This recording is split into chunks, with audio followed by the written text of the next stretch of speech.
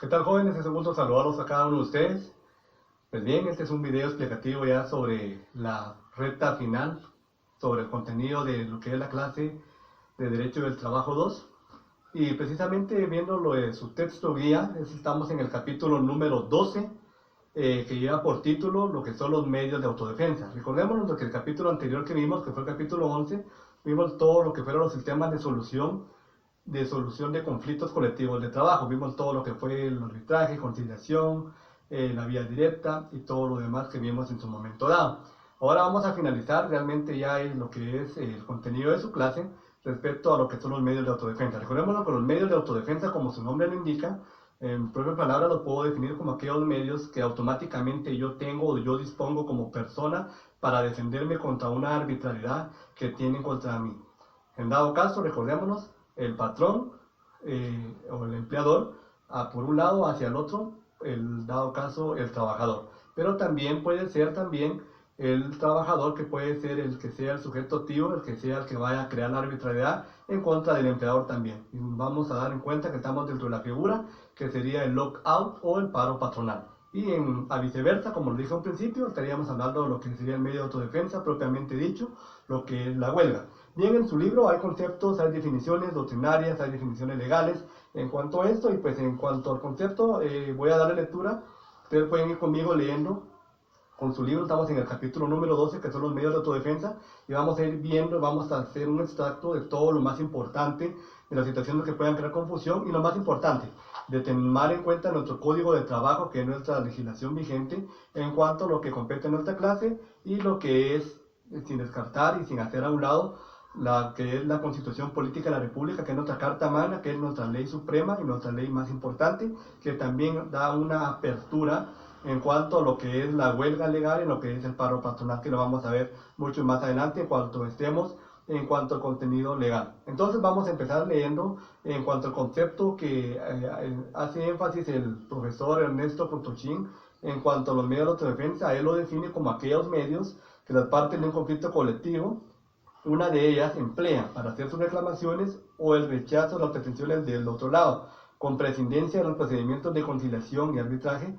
sea que desde el principio que lo inician o no esperan su resultado, o no aceptan la proposición conciliatoria o el laudo arbitral. Recordémonos, entonces, en cuanto a esta definición, nosotros podemos extraer entonces que son aquellos entonces que van a tener las partes, como yo les decía, que el medio de autodefensa que tiene las partes, que emplean para hacer valer qué cosas, sus reclamaciones o rechazo de las pretensiones del otro lado, es decir, ya sea el trabajador o ya sea el empleador, cualquiera de las partes. Aquí no es solo uno específico, sino que el medio de autodefensa es esencialmente para ambas partes, tanto el empleador como el trabajador también en su momento dado. Y a rechazar esas pretensiones es de que ya se hayan agotado, como bien se dijo en un momento dado anteriormente en el capítulo, la conciliación, que se haya agotado lo que es el tema del arbitraje. No se llega a un laudo arbitral o una resolución en cuanto al arbitraje, en cuanto a la conciliación. Entonces, finalizado esto, entramos entonces a lo que es la declaratoria de lo que es la huelga, o la declaratoria en su caso, que sería la declaratoria del paro patronal. Así vamos a seguir entonces trayendo acerca de los demás en cuanto al tema que estamos viendo en este momento, que es medio de autodefensa.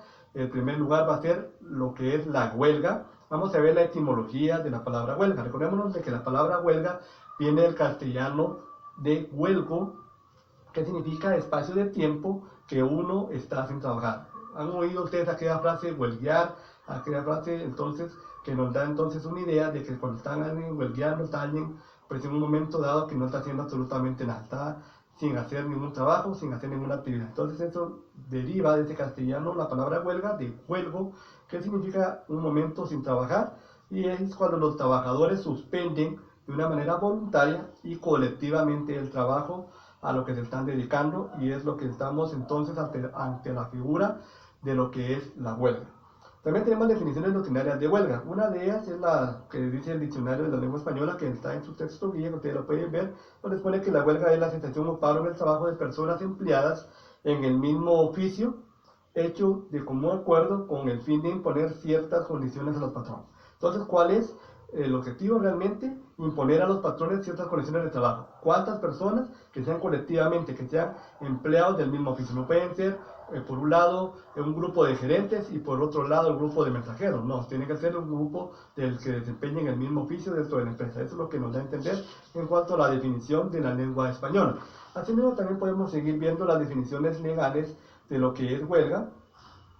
Realmente la que a nosotros nos interesa sobremanera, sin desvirtuar y sin hacer de menos las demás definiciones que están del Código de Trabajo de El Salvador, el artículo 157, el Código de Trabajo de Honduras en el artículo 550, el Código de Trabajo de Nicaragua en el artículo 224 y el Código de Trabajo de Costa Rica en el artículo 364. Muy interesante, realmente todo lo que tiene los conceptos de la palabra huelga, pero realmente a nosotros nos interesa totalmente la definición legal en cuanto a nuestra legislación, que específicamente es la de Guatemala. Por lo tanto, vamos a ver lo que dice el Código de Trabajo de Guatemala en lo que es el artículo 239, a lo cual yo le voy a dar lectura.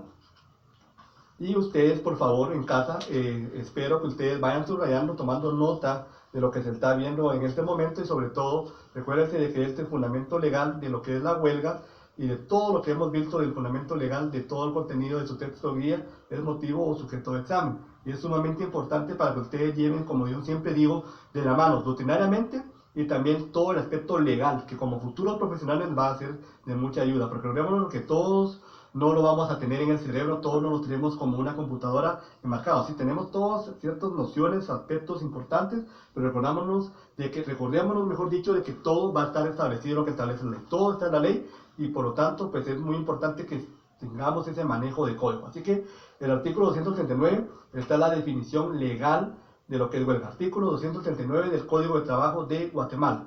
Establece huelga legal en la suspensión legal y abandono temporal del trabajo en una empresa, acordados, ejecutados y mantenidos pacíficamente por un grupo de 3 o más trabajadores, previo cumplimiento de los requisitos que establece el artículo 241 de este mismo cuerpo legal, con el exclusivo propósito de mejorar o defender frente a su patrono los intereses económicos que sean propios de ellos y comunes a dicho grupo. Los tribunales comunes deben sancionar de conformidad con la ley todo acto de coacción o de violencia que se ejecute con ocasión de una huelga contra personas o propiedades. Y huelga ilegal es la que no llena los requisitos que establecen los artículos que ya hemos visto. Entonces podemos decir entonces, defendiendo lo que acabamos de leer, que la huelga entonces es la suspensión legal. La huelga legal es la suspensión o abandono del trabajo en una empresa, acordados o ejecutados por un grupo de más de tres o más trabajadores. Por lo menos lo que la ley establece que sean 3 o más trabajadores. Estamos entonces al establecer esto ante una huelga legal. Pero también este mismo artículo nos pone de énfasis de una clasificación de clases o tipos de huelga. Y por lo tanto, si es entonces, según este artículo, lo que es una huelga legal, que es el primer párrafo del artículo 239, y también el último párrafo establece que huelga ilegal es aquella que no llena los requisitos que establece la ley. Entonces, tipos o clases de huelga, según lo que establece su Código de Trabajo, establece entonces que es una huelga legal y una huelga ilegal. Esa es la clasificación que enmarca nuestro Código de Trabajo. Es muy importante de que ustedes puedan ver y que ustedes puedan establecer esto. Más adelante nos vamos a dar cuenta de que el artículo 139 establece que para que se dé este tipo de huelga legal se necesita que sea por lo menos, en cuanto al número de trabajadores, que sea un grupo de 3 o más trabajadores. El artículo 241, más adelante lo vamos a ver, que establece que se necesita para constituir la huelga que sea la mitad más 1 del total de trabajadores. Por ejemplo, son 20 trabajadores, para que sea entonces la mitad más 1 serían entonces 11 trabajadores. La mitad 10 más 1, 11. Entonces, por lo tanto, si son 11 trabajadores, se puede declarar la huelga legal. Aunque su código establezca que sean 3 o más trabajadores en el artículo 239, pero el artículo 241, más adelante ustedes lo pueden ver en el inciso o literal C, que establece que para constituirla se necesita que sea la mitad más 1. Por lo tanto, el número que hagan en esa empresa, se necesita entonces que sean la mitad más 1. Entonces eso sería lo que hemos visto en cuanto a lo que es lo legal de este tema importante que estamos tratando en este momento, que no son los medios de autodefensa, sobre la huelga. Entonces esa sería la definición legal de lo que establece su libro en cuanto a la huelga. Ahora vamos a ver los elementos comunes de las definiciones de la huelga. ¿Qué elementos comunes van a tener la definición que acabamos de leer del artículo 239?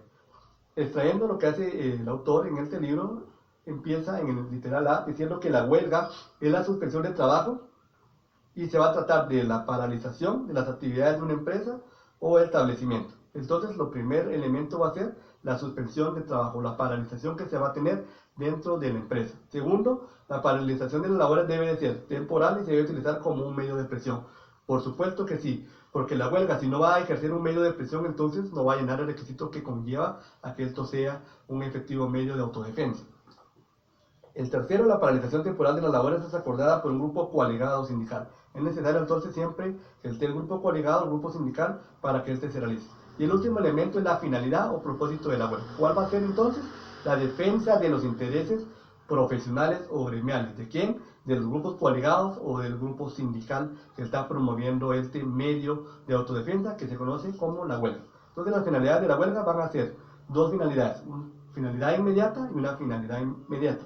Tu libro establece que son fines inmediatos de la huelga aquellos que persiguen cualquier tipo de reivindicación colectiva, generalmente de carácter económico y social. Económico porque en cuanto a la prestación de servicios, en cuanto a un capital, y social en cuanto al trato que se pueda manejar, y excepcionalmente un carácter jurídico si tiene que ver en cuanto a lo que establece alguna normativa que dentro de la empresa. Así también puede ser también fin inmediato aquellos objetivos que trascienden del campo meramente reivindicativo, es decir, que no tienen que ver con lo económico o social, sino que tienen que ver entonces en cuanto a lo que establece los fines desde la obtención de un justo equilibrio en cuanto al trato entre el capital y el trabajo, la manera en que el patrono, el empleador va a tratar a sus trabajadores de una manera digna, de una manera acorde a cual remete las funciones en cuanto a las funciones que la persona o el trabajador va a tener dentro de la empresa. Recordémonos de que el trabajador puede tener mucho conocimiento, puede tener muchas actividades y el empleador tiene la obligación de venir y dar un trato justo, un trato digno, conforme realmente a la forma en que el trabajador vaya a desempeñarlo.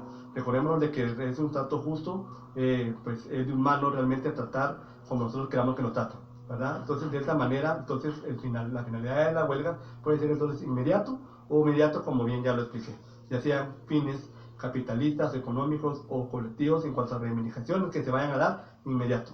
Y si no tiene que ver con esto, va a ser inmediato, pero en cuanto a dar un trato justo entre capital y trabajo, como bien se explicó anteriormente. Así también, algo importante que ustedes deben de tomar en cuenta en cuanto a los fines de la huelga, aquellos medios que van a excluir para que esta huelga no sea catalogada como una huelga legal. Dentro de esos fines que excluyen, dentro de la definición que leímos en el Código de Trabajo, también la ley reguladora de lo que es el derecho de huelga y sindicalización de los empleados públicos, se van a deducir entonces que están excluidos como fines de la huelga los siguientes. El primero va a ser las huelgas de solidaridad. Esto, huelgas de solidaridad, está regulado en lo que es el artículo 4, literal D, del decreto 71-87 del Congreso de la República.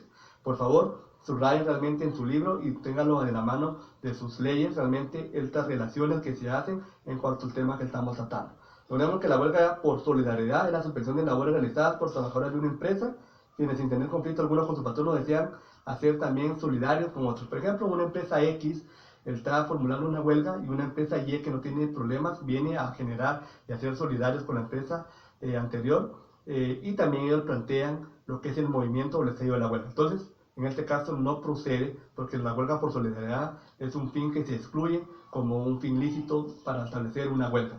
También los que persiguen el cumplimiento de las leyes, arreglos o sentencias, contratos y pactos colectivos de trabajo. Esto más que todo se refiere a aquellos conflictos de carácter jurídico. También estos se van a desvirtuar en cuanto a que se excluyen de los derechos de la huelga. Otro, el literal C, las que tengan como propósito motivos que no sean propios de los trabajadores y comunes al grupo.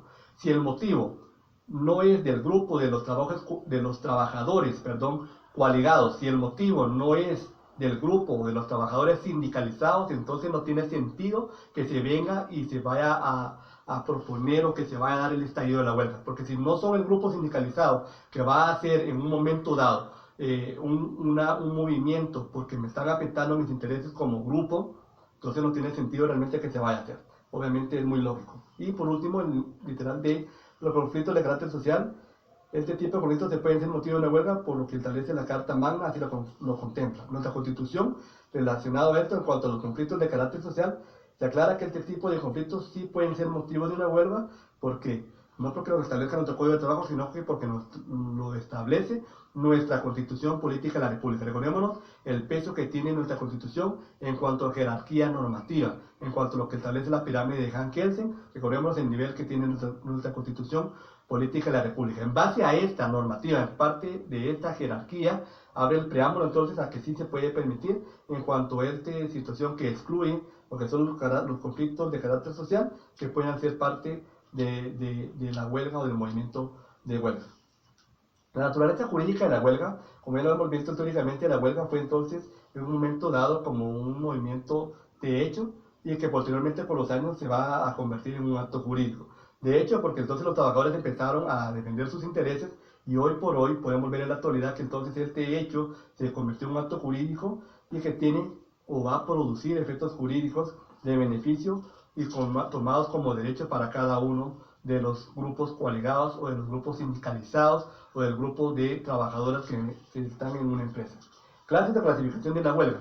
En cuanto a lo que yo leí, ustedes se recordarán de que la clasificación de la huelga que hace nuestro código es una clasificación de huelga legal o ilegal, sencillamente. Pero también por el tema legal se puede clasificar entonces según lo que establece su texto guía como huelga regulada por la ley y la huelga prohibida por la ley. Exactamente lo mismo, huelga legal o huelga ilegal. Así también en nuestro medio jurídico lo contempla esta clasificación en virtud que la Constitución Política de la República, como ya les he dicho, en cuanto a jerarquía normativa, el Código de Trabajo y la ley reguladora del derecho de huelga y sindicalización de los empleados públicos contemplan el derecho de huelga de los trabajadores también del sector privado y del sector público. Es decir, que deslinda o divide lo que son la huelga de los trabajadores del sector privado por una parte y la huelga de los trabajadores del sector público por otro lado. Entonces esa sería una división que también hace lo que es la ley. También en razón de cumplimiento de los trámites, las huelgas se clasifican en legales y ilegales, como bien ya lo vimos en el artículo 139, y entendiendo lo que son el fondo del conflicto por su extensión, también pueden ser generales o parciales. Pues eso sería más que todo doctrinario y que su libro lo puede contemplar como una parte de doctrina que ustedes pueden leer. Así también las formas irregulares de huelga. Su libro contempla una serie de formas irregulares de la huelga, como está la huelga de hecho. Esta es aquella que realizan los trabajadores sin haber cumplido con los requisitos que la ley establece. Una huelga de hecho, solo porque a mí me dio pues un motivo, a mí me dio la gana, perdón por decirlo así de esta manera, voy a venir a regular una huelga porque a mí no me gusta de que se hagan las cosas como son. No se trata solo de eso, sino que se trata de que lo que yo vaya a hacer esté realmente regulado, lo que establece la ley y que llene los requisitos previstos en la misma. Si llena eso, entonces es una huelga legal. Si no, es una huelga legal o en dado caso una huelga de hecho como establece el numeral 9.1 de su texto guía. También el trabajo a desgano o trabajo lento es aquel tipo de actuación, aquel tipo de trabajo que los trabajadores van a estar en el lugar de trabajo en vez de realizar actividades y sobre todo la productividad, el motivo importante de venir a realizar las labores, por ejemplo una maquila donde se refiere la velocidad de la persona, del operario de estar realizando las labores de una manera rápida y la persona lo está haciendo de la manera más lenta. Entonces esta sería una forma de un trabajo a desgano o trabajo lento, que sería un tipo de huelga, pero que es una forma irregular porque nuestra ley no lo está contemplando como una huelga que realmente consignada, reglamentaria lo que establece la ley. Es una huelga ilegal, es una forma irregular, como dice su texto guía, o es una forma irregular de contemplar este tipo de huelga. También una huelga simbólica, que es aquella que no constituye normalmente una valor de trabajo del local en el que presta sus servicios y se deja de trabajar durante cierto periodo de tiempo. En un momento dado, pues como su nombre lo dice, solo es un símbolo nada más de que se va a hacer un momento dado. Y por último, la huelga de brazos caídos o brazos cruzados no es más aquella en que el trabajador ocupa sus lugares habituales de trabajo, pero sin realizar ningún tipo de trabajo. Es decir, que solo van a llegar como supervisores, van a llegar únicamente como espectadores y van a llegar únicamente a ver, nada más dentro del local y puesto de trabajo, con los brazos cruzados únicamente sin hacer absolutamente nada. Estas serían entonces las situaciones de lo que son las huelgas de manera irregular o formas irregulares de la huelga como su libro lo establece. Los objetos de la huelga, entonces ya hemos visto un ámbito individual, un ámbito colectivo y tanto lo que es más que todos los trabajadores que en ellos intervienen para hacer defender sus derechos. Procesos evolutivos de la huelga van a ser el próximo video que voy a estar hablando con ustedes en cuanto a este proceso que se va a llevar en cuanto al periodo de gestación, un periodo de prehuelga, todo lo que establece en cuanto a los tiempos que la ley establece. Así que muchas gracias, por favor sigan en contacto, estamos en la etapa final de lo que es la finalización del curso de lo que es el Derecho del Trabajo 2. Finalizamos ya clases el jueves 26 de octubre. Realmente este es el último tema que vamos a tratar. Cualquier duda tuya a sus órdenes. Recordemos que todo esto que estamos viendo, lo que ustedes están leyendo, lo que ustedes están contemplando realmente va a ser motivo de examen final. Ustedes ya conocen la forma de examinar por mi persona, entonces yo creo que esto es de una manera para que ustedes puedan hacérsele más fácil el contenido de su examen, el contenido de lo que ustedes van a hacer. Así que un gusto saludarlos, estoy siempre para servirles. Hasta pronto.